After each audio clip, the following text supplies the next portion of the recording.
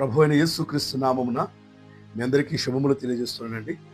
ప్రియులారా, ఈరోజు యేసు శుభాకాంక్షలు మీ అందరికీ తెలియజేస్తూ యేసు ప్రభు యొక్క పునరుత్థానాన్ని జ్ఞాపకం చేసుకుంటూ దేవుని యొక్క వాక్యాన్ని మీ ముందు ఉంచాలని ఆశ కలిగి ఉన్నాను.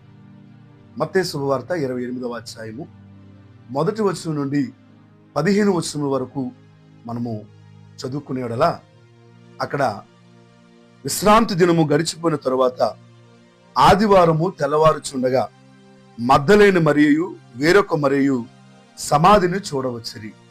అలాగుననే 6వ వచనాన్ని చదువుదాం. ఆయన ఇక్కడ లేడు, తాను చెప్పినట్టే ఆయన లేచి ఉన్నాడు. రండి, ప్రభువు పండుకున్న స్థలమును చూచి త్వరగా వెళ్ళి ఆయన మృతుల్లో నుండి లేచి ఉన్నాడని ఆయన శిష్యులకు తెలియచేయుడి.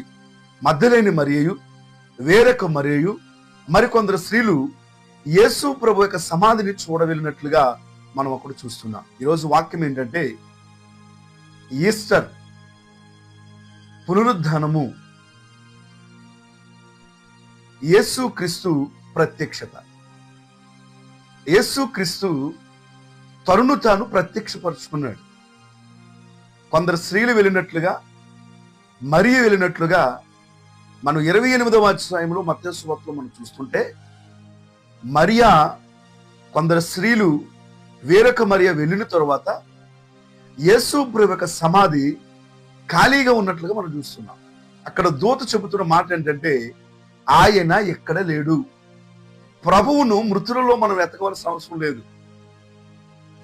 మన దేవుడును మృతులలో వెతకడానికి ఆయన మృతుడు కాదు.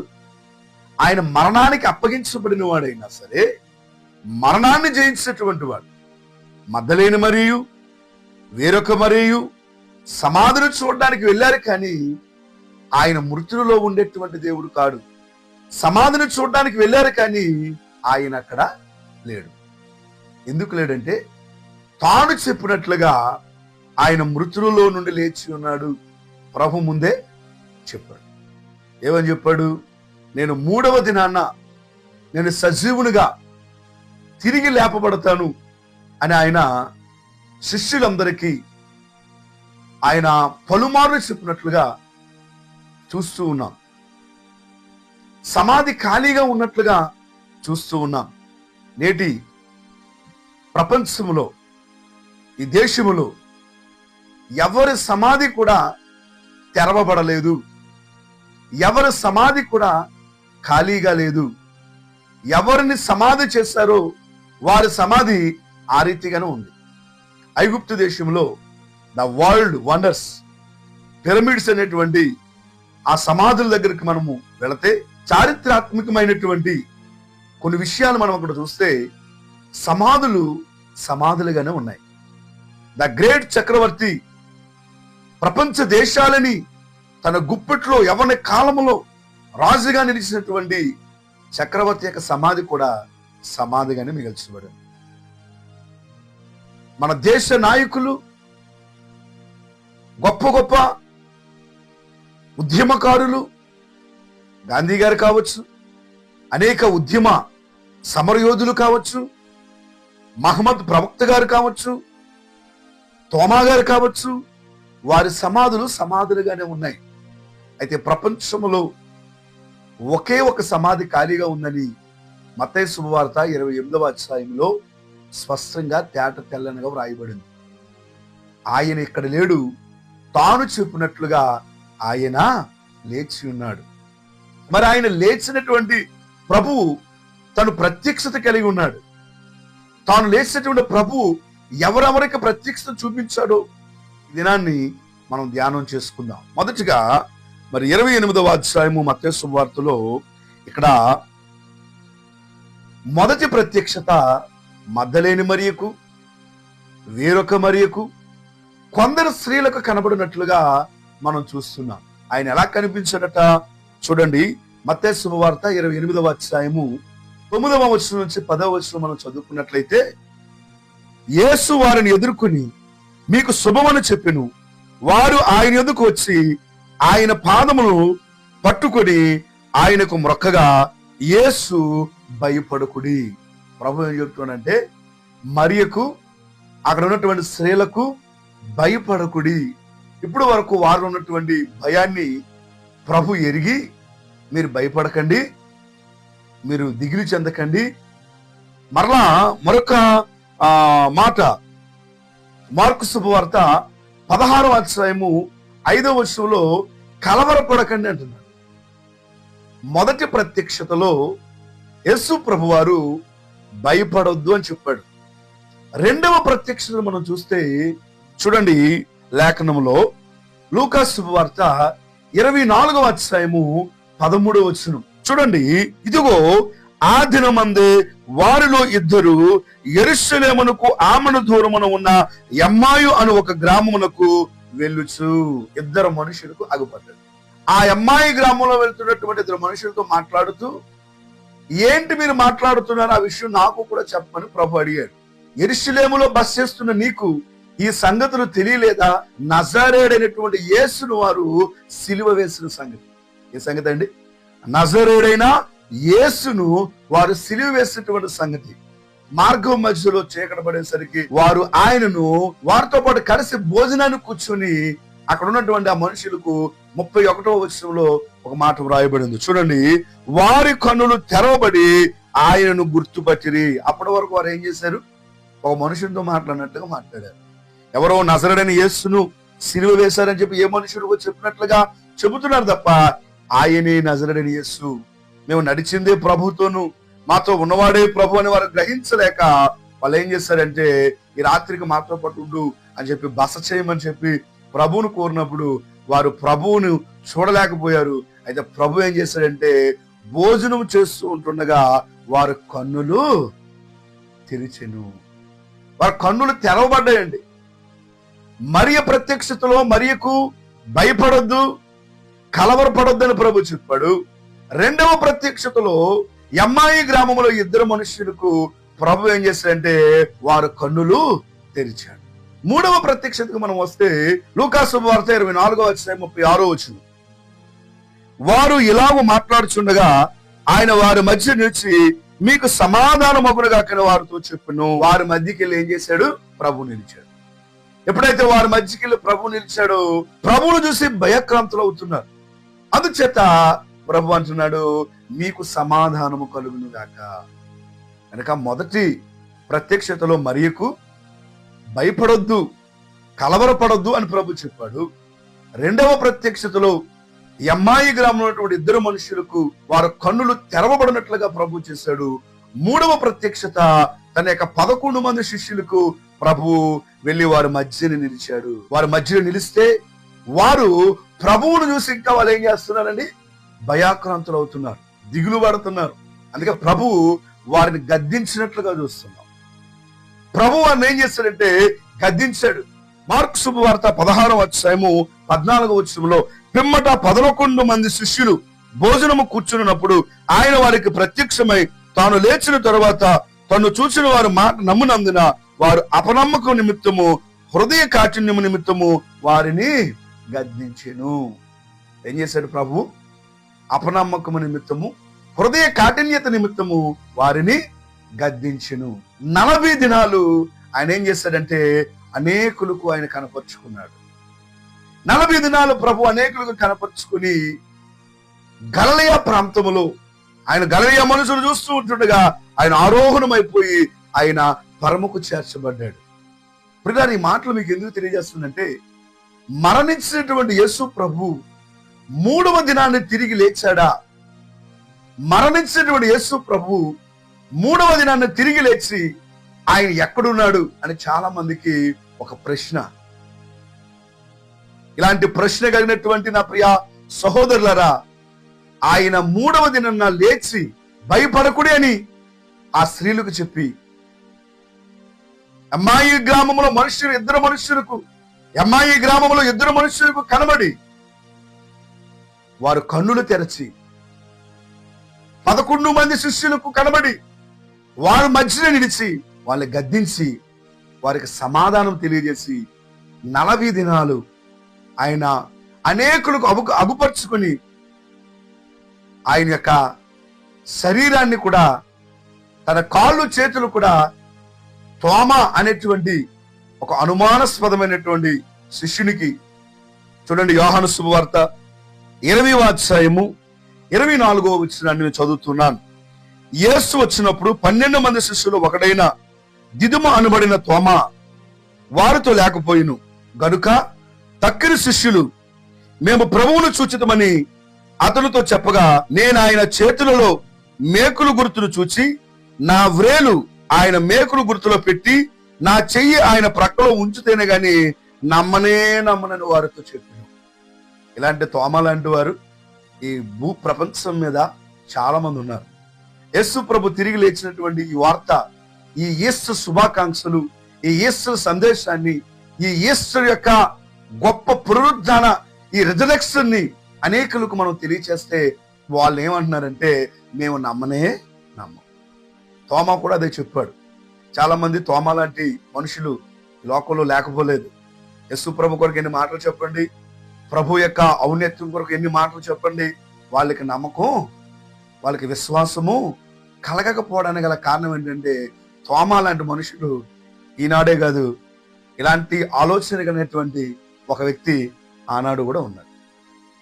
ఆయన ప్రభువుని అవిశ్వాసంతోనే, ఆయన ప్రభువుని అపనమ్మకంతోనే చూస్తున్నాడు. ప్రియులారా, నిజమైనటువంటి విశ్వాసము తోమలో లేదు. అందుకే ప్రభు అంటాడు, చూచి నమ్మిన వారి కంటే చూడక నమ్మిన వారు ధన్యులు. ఇదిగో చూడని చెప్పి తన యొక్క చేతులు, తన యొక్క ప్రక్కలో ఉన్నటువంటి ఆ యొక్క గాయాలు ప్రభు చూపిస్తున్నాడు. ప్రభువు 40 దినాలు తను కనపరుచుకున్నాడు, అనేకులతో మాట్లాడాడు. మరియా తన పాదములను మొక్కడానికి చూసినప్పుడు నన్ను ముట్టుకోవద్దు అన్నాడు. అలాగే యేసు ప్రభు శిష్యులతో కలిసి భోజనం చేశాడు. మరణించిన వాడు తిరిగి లేచినటువంటి యేసు ప్రభు వారి యొక్క శరీరము మరలా భుజించగలుగుతుంది, మరలా కనబడగలుగుతుంది. ఆయన చనిపోయిన మళ్ళా తిరిగి లేపబడేటువంటి పునరుద్ధరణుడిగా ఆయన, మళ్ళా తిరిగి లేచినటువంటి దేవుడిగా ఆయన ఉన్నాడు. ఇప్పటికే ప్రభువును నమ్మనటువంటి వాళ్ళు ఈ లోకంలో చాలా మంది ఉన్నారు. అందు గురించి ఆయన ఏం చేస్తారంటే, తనను తాను కనపరుచుకోవడానికి, ప్రత్యక్షపరచుకోవడానికి మొదటిగా మగ్దలేని మరియు వేరొక మరియు కొందరు స్త్రీలకు ఆయన ప్రత్యక్షపరుచుకున్నాడు. రెండవదిగా ఎమ్మాయి గ్రామములో 2 మనుషులకు ఆయన ప్రత్యక్షపరుచుకున్నాడు. మూడవదిగా తన శిష్యులకు ఆయన ప్రత్యక్షపరుచుకున్నాడు. ఆ రీతిగా ఆయన ప్రత్యక్షపరుచుకుని అపోస్తల కార్యం 1వ అధ్యాయం 3వ వచనంలో 40 దినాలు ఆయన అనేకులకు కనపరుచుకున్నాడు. 40 దినములు అగపరుచుకుని దేవుని యొక్క రాజ్య వ్యాప్తి కొరకు అనేకులకు ఆయన ఏం చేశాడు, ప్రకటించి గలిలయ మనుషులు ఎదుట ఆయన ఆరోహణమైపోయాడు. నా ప్రియ జనాంగమా, ఈ మాటలన్నీ మీకు తెలియచేయడం గల ఉద్దేశం ఏంటంటే, ఈ ప్రత్యక్షత కలిగినటువంటి ప్రభు తన్ను తాను ప్రత్యక్షపరుచుకోవడం గల కారణం పునరుద్ధానమును జీవమును నేనే. అందుకు ప్రభు చెప్తున్న మాట యోహాను సువార్త 11వ అధ్యాయము 25వ వచనాన్ని మనం చదువుదాం. అందుకు యేసు, పునరుత్థానమును జీవమును నేనే, నా యందు విశ్వాసం ఉంచువాడు చనిపోయినను బ్రతుకును, బ్రతికి నా యందు విశ్వాసం ఉంచు ప్రతివాడును ఎన్నటికి చనిపోడు. కారణం ఏంటంటే, నేను చనిపోయి మరలా తిరిగి లేచి నీకందరికీ నేను కనపరుచుకుంటున్నాను కనుక, నేను ఎలాగైతే తిరిగి మృత్యుంజనగా లేచానో ఆ రీతిగా నేను మిమ్మల్ని లేపుతాను. అదే పునరుద్ధానం యొక్క బలము, అదే పునరుద్ధానం యొక్క బలము. ఈ పునరుద్ధాన బలము మనం కలిగి లేకపోతే క్రైస్తవులుగా మనం జీవించలేము. ఈ పునరుద్ధాన బలము మనము కలిగి లేకపోతే క్రైస్తవులుగా మనం బ్రతకలేము. అందుచేత ఈ పునరుద్ధాన బలాన్ని ప్రభు మనకి ఇవ్వడానికి ఆయన ప్రత్యక్షమైనట్లుగా మనం కనబడుతుంది, ఆయన ఆరోహణమైనట్లుగా మనం చూస్తున్నాం. నా ప్రియ జనాంగమా, మనము కూడా ఆ పునరుద్ధానంలో పాలుభాగస్తులు అవ్వటానికే ఈ దినాన్ని ఈస్టర్ శుభాకాంక్షలు తెలియజేస్తున్నాను. నీవు కూడా ఆ పునరుద్ధానం యొక్క సందేశాన్ని తెలుసుకోవాలి. నీవు కూడా ఆ పునరుద్ధానమైనటువంటి శక్తిని, బలాన్ని నువ్వు పొందుకోవాలి. ఆ శక్తి ఏంటో తెలుసా, ఆ బలం ఏంటో తెలుసా? ఆయన పునరుత్థానము. ఆ పునరుద్ధాన బలము నీలో కనిపించాల. ఆ పునరుద్ధాన బలము నీలో కనిపిస్తే, ఆయన ప్రత్యక్షత నీకు కలిగితే, పునరుద్ధానమైనటువంటి క్రీస్తుని బట్టి నువ్వు బ్రతుకుతావు. లేకపోతే మనకు మరణమే. యేసు ప్రభు వారు కూడా మరణానికి అప్పగించారు. ఎందుకు మరణానికి అప్పగించారు? మనందరి యొక్క దోషములు బట్టి, అపరాధములు బట్టి, పాపములు బట్టి ఆయన మరణానికి సిలువకు అప్పగించారు. ఈ పునరుద్ధాన బలం మనకు కలిగి లేకపోతే ఈ లోకాన్ని మనం జయించలేం. ఈ పునరుద్ధాన బలం మనకు కలిగి లేకపోతే మనం క్రైస్తవులుగా జీవించలేం. ఈ లోకంలో ప్రతి ఒక్క ఆటుపోట్లకు మనం కొట్టుకొని వెళ్ళిపోతుంటాం. ఎదిరెళ్ళి జీవించలేము. ఒక చేప బ్రతికి ఉన్నప్పుడు అది ఎదిరెళ్ళి ఈదుతుంది. అదే చచ్చిన చేప అయితే నీళ్ళలో ఉన్నప్పుడు కూడా అది తేలిపోతుంది. అలాగే పునరుద్ధానం బలం మనం కలిగి జీవిస్తే ఈ లోకంలో ఎలాంటి పరిస్థితి ఎదురైనా మన క్రీస్తు కొరకు బ్రతకగలం. పునరుద్ధాన శక్తిని మనం పొందుకుంటే ఈ లోకంలో ఎలాంటి ఆటుపోట్లు ఎదురైనా మన క్రీస్తు కొరకు జీవించగలం. అపోస్తలుడైన పౌలు కొరింథీ రాసిన మొదటి పత్రిక 15వ అధ్యాయము 55వ వచనము, ఓ మరణమా నీ ముల్లెక్కడా, ఓ మరణమా నీ విజయం ఎక్కడా? ప్రభు మరణాన్ని జయించి, మరణాన్ని శాసించి, మరణాన్ని ప్రశ్నిస్తూ, ఓ మరణమా నీ విజయం ఎక్కడా, ఓ మరణమా నీ ముల్లెక్కడా అంటే మరణాన్ని ప్రభు ఏం చేశాడు? జయించాడు. సాతాను ఏమైపోయిందని ప్రభు దగ్గర ఓడిపోయింది. అందుచేతే సాతాను ఓడిపోయింది కనుకే ప్రభు జయించి తిరిగి లేచి అనేకులకు అగపడుతూ, ఇదిగో మృత్యుంజయుడిగా నేను మీ అందరి ఎదుట అగపరుచుకుంటున్నాను. ప్రియులారా, మనం దేవునికి భయపడట్లేదు, కానీ దేవునికి భయపడే క్రైస్తవుల కంటే దెయ్యానికి భయపడేటువంటి క్రైస్తవులు ఎక్కువ మంది ఉన్నారు.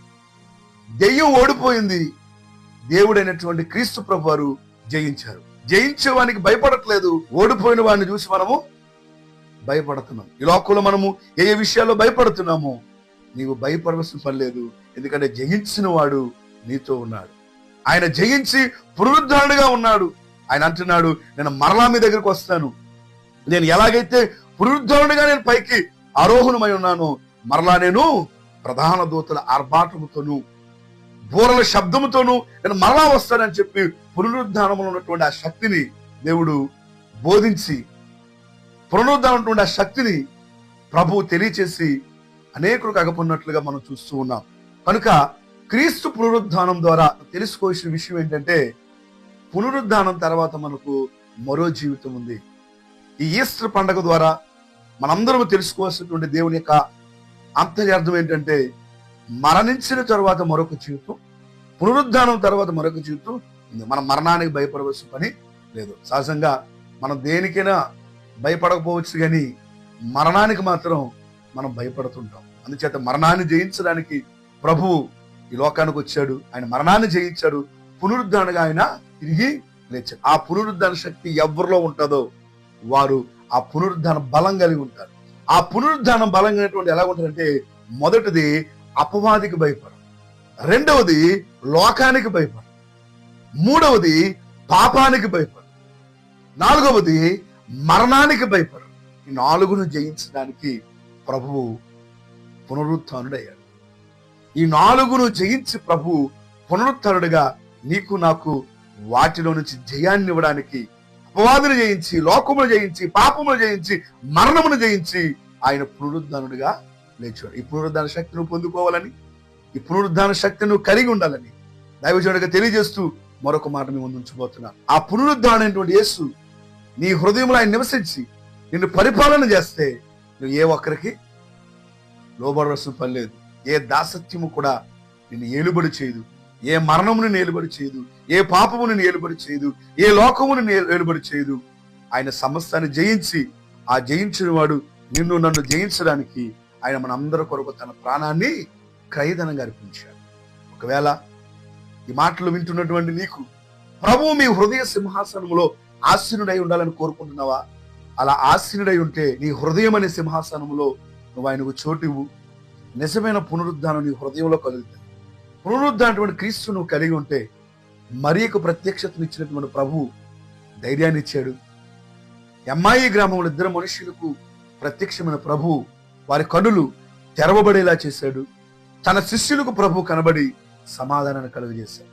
ఈ సమాధానము, ఈ కనులు తెరవబడి నువ్వు భయపడకుండా ధైర్యంగా ముందు కొనసాగాలంటే పునరుద్ధాన శక్తి నువ్వు కలిగి నీ హృదయ సింహాసనములో ఆయనకు చోటిస్తే నీ భార్య కంటే, నీ పిల్లల కంటే, నీ ధనం కంటే, నీ శక్తి కంటే, నీ బలం కంటే, నీ పదవి కంటే, నీ అహం కంటే గొప్పగా ఆయన నిన్ను పరిపాలన చేయాలి. అట్టి పరిపాలన ప్రభువు చేస్తే అపవాదికి భయపడవలసిన పని లేదు, లోకానికి భయపడవలసిన పని లేదు, పాపానికి భయపడవలసిన పని లేదు, మరణానికి భయపడవలసిన పని నీకు లేనే లేదు. ఆ పునరుద్ధాన శక్తి నువ్వు పొందుకొని ధైర్యం కలిగి పునరుద్ధాన శక్తితో ముందుకు కొనసాగాలని ఈ మాటలు మీకు తెలియజేస్తూ ఈ నా మాటలు ముగిస్తున్నాను. మీ అందరికీ వందనాలు. దేవుడు మిమ్మల్ని దీవించును గాక. God bless you.